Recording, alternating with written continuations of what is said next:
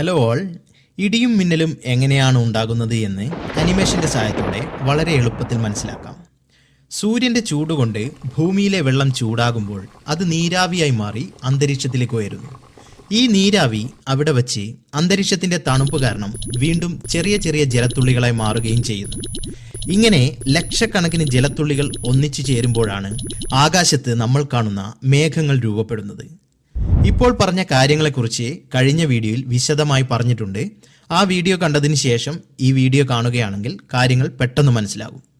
ചില മേഘങ്ങൾ കിലോമീറ്ററുകൾ ഹൈറ്റുള്ള വലിയ തണ്ടർസ്റ്റോം മേഘങ്ങളായിരിക്കും.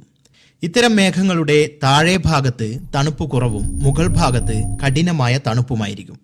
അതുകൊണ്ട് തന്നെ ഇത്തരം മേഘങ്ങൾക്കുള്ളിൽ ഒരേ സമയം തന്നെ ജലത്തുള്ളികളും ഐസ് ക്രിസ്റ്റൽസും ഗ്രോപ്പൽ എന്ന് വിളിക്കുന്ന മൃദുവായ മഞ്ഞുപാളികളും ഉണ്ടാകും. ഈ മേഘങ്ങൾക്കുള്ളിൽ ശക്തമായ വായുപ്രവാഹം ഒരു കാറ്റുപോലെ വളരെ വേഗത്തിൽ മുകളിലേക്കും താഴേക്കും ചലിച്ചുകൊണ്ടിരിക്കും. ഈ വായുപ്രവാഹം ജലത്തുള്ളികളെയും ഐസ് ക്രിസ്റ്റൽസിനെയും ഗ്രൗപ്പലുകളെയും മേഘത്തിനുള്ളിൽ ചലിപ്പിക്കുകയും അവ നിരന്തരം പരസ്പരം കൂട്ടിയിടിക്കാൻ കാരണമാവുകയും ചെയ്യുന്നു. ഇങ്ങനെ ഇവ നിരന്തരം കൂട്ടിമുട്ടുമ്പോൾ വളരെ പ്രധാനപ്പെട്ട ഒരു കാര്യം സംഭവിക്കാൻ തുടങ്ങുന്നു. ഈ കണികകൾക്കിടയിൽ ചെറിയ ഇലക്ട്രിക് ചാർജുകൾ രൂപപ്പെടാനും കൈമാറ്റം ചെയ്യപ്പെടാനും തുടങ്ങുന്നു. ചില സമയത്ത് നമ്മൾ ഡോർ ഹാൻഡിലിൽ തൊടുമ്പോൾ ഒരു ചെറിയ ഷോക്ക് അടിക്കാറില്ലേ? ഇതിനെ സ്റ്റാറ്റിക് ഇലക്ട്രിസിറ്റി എന്നാണ് പറയുന്നത്. മേഘങ്ങൾക്കുള്ളിലെ ഈ കണികകൾ തമ്മിൽ കൂട്ടിയിടിക്കുമ്പോഴും ഈ പ്രക്രിയ തന്നെയാണ് നടക്കുന്നത്. പക്ഷേ വളരെ വലിയ അളവിലും ശക്തമായ രീതിയിലുമാണ് ഇവിടെ നടക്കുന്നത്. അങ്ങനെ കുറച്ച് സമയം കഴിയുമ്പോൾ ഈ ചാർജുകൾ മേഘത്തിനുള്ളിൽ വേർതിരിയാൻ തുടങ്ങുന്നു. സാധാരണയായി ഭാരം കുറഞ്ഞ ഐസ് ക്രിസ്റ്റൽസ് പോസിറ്റീവ് ചാർജ് കൈവരിച്ച് മുകളിലേക്ക് നീങ്ങുന്നു. ഭാരമേറിയ കണികകൾ നെഗറ്റീവ് ചാർജായി മേഘത്തിൻ്റെ താഴെ ഭാഗത്ത് തന്നെ നിലനിൽക്കുന്നു. ഇപ്പോൾ നമ്മുടെ മേഘത്തിൻ്റെ മുകൾ ഭാഗം പോസിറ്റീവ് ചാർജും താഴത്തെ ഭാഗം നെഗറ്റീവ് ചാർജുമാണ്. ഇത് ആകാശത്ത് വലിയൊരു ബാറ്ററി രൂപപ്പെട്ടതുപോലെയാണ് എന്ന് വേണമെങ്കിൽ പറയാം.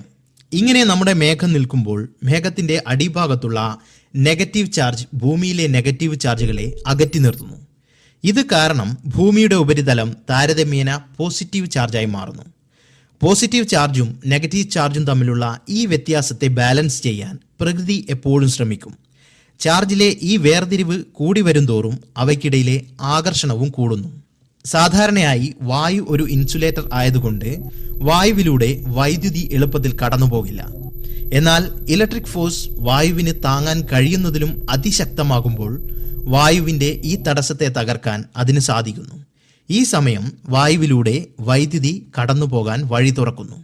ഇങ്ങനെ വായുവിലൂടെ പെട്ടെന്നുണ്ടാകുന്ന ശക്തമായ വൈദ്യുത പ്രവാഹമാണ് മിന്നൽ.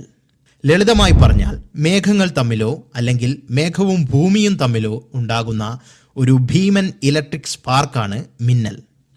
ഇത് സംഭവിക്കുമ്പോൾ വലിയ അളവിലുള്ള ഊർജമാണ് പുറന്തള്ളപ്പെടുന്നത്. ഈ ഊർജം ചുറ്റുമുള്ള വായുവിനെ പെട്ടെന്ന് ചൂടാക്കുന്നു. ഇത് സൂര്യൻ്റെ ഉപരിതലത്തേക്കാൾ കൂടുതൽ ചൂടായിരിക്കും. സഡനായി നടക്കുന്ന ഈ എക്സ്ട്രീം ഹീറ്റിംഗ് വായുവിനെ പെട്ടെന്ന് എക്സ്പാൻഡ് ചെയ്യുന്നു. വായുവിൻ്റെ പെട്ടെന്നുള്ള ഈ വികാസം ഒരു ശക്തമായ പ്രഷർ വേവ് ഉണ്ടാക്കുന്നു. ഇതാണ് നമ്മൾ ഇടിമുഴക്കമായി കേൾക്കുന്നത്. അതുകൊണ്ട് എളുപ്പത്തിൽ പറഞ്ഞാൽ ഇടിയും മിന്നലും വേറെ വേറെയല്ല. മിന്നൽ കാരണം വായു പെട്ടെന്ന് പൊട്ടിത്തെറിക്കുമ്പോഴുണ്ടാകുന്ന ശബ്ദമാണ് ഇടിമുഴക്കം. പ്രകാശം അതിവേഗത്തിൽ സഞ്ചരിക്കുന്നത് കൊണ്ട് മിന്നൽ നമ്മൾ ആദ്യം കാണുന്നു. എന്നാൽ ശബ്ദം വായുവിലൂടെ പതുക്കെ സഞ്ചരിക്കും. അത് നമ്മുടെ അടുത്തെത്താൻ സമയമെടുക്കും. അതുകൊണ്ടാണ് മിന്നലിന് ശേഷം മാത്രം നമ്മൾ ഇടിശബ്ദം കേൾക്കുന്നത്. മിന്നൽ എപ്പോഴും എളുപ്പവഴിയാണ് തിരഞ്ഞെടുക്കുക. അതുകൊണ്ടാണ് മരങ്ങളെയും മലമുകളിലുള്ള സ്ഥലങ്ങളെയുമെല്ലാം ഇത് പെട്ടെന്ന് ബാധിക്കുന്നത്. മിന്നൽ കഴിഞ്ഞ് ഇടിയെടുക്കാൻ നല്ല സമയവ്യത്യാസമുണ്ടെങ്കിൽ ആ ഇടിമിന്നൽ നടന്നത് വളരെ ദൂരെയാണെന്ന് മനസ്സിലാക്കാം.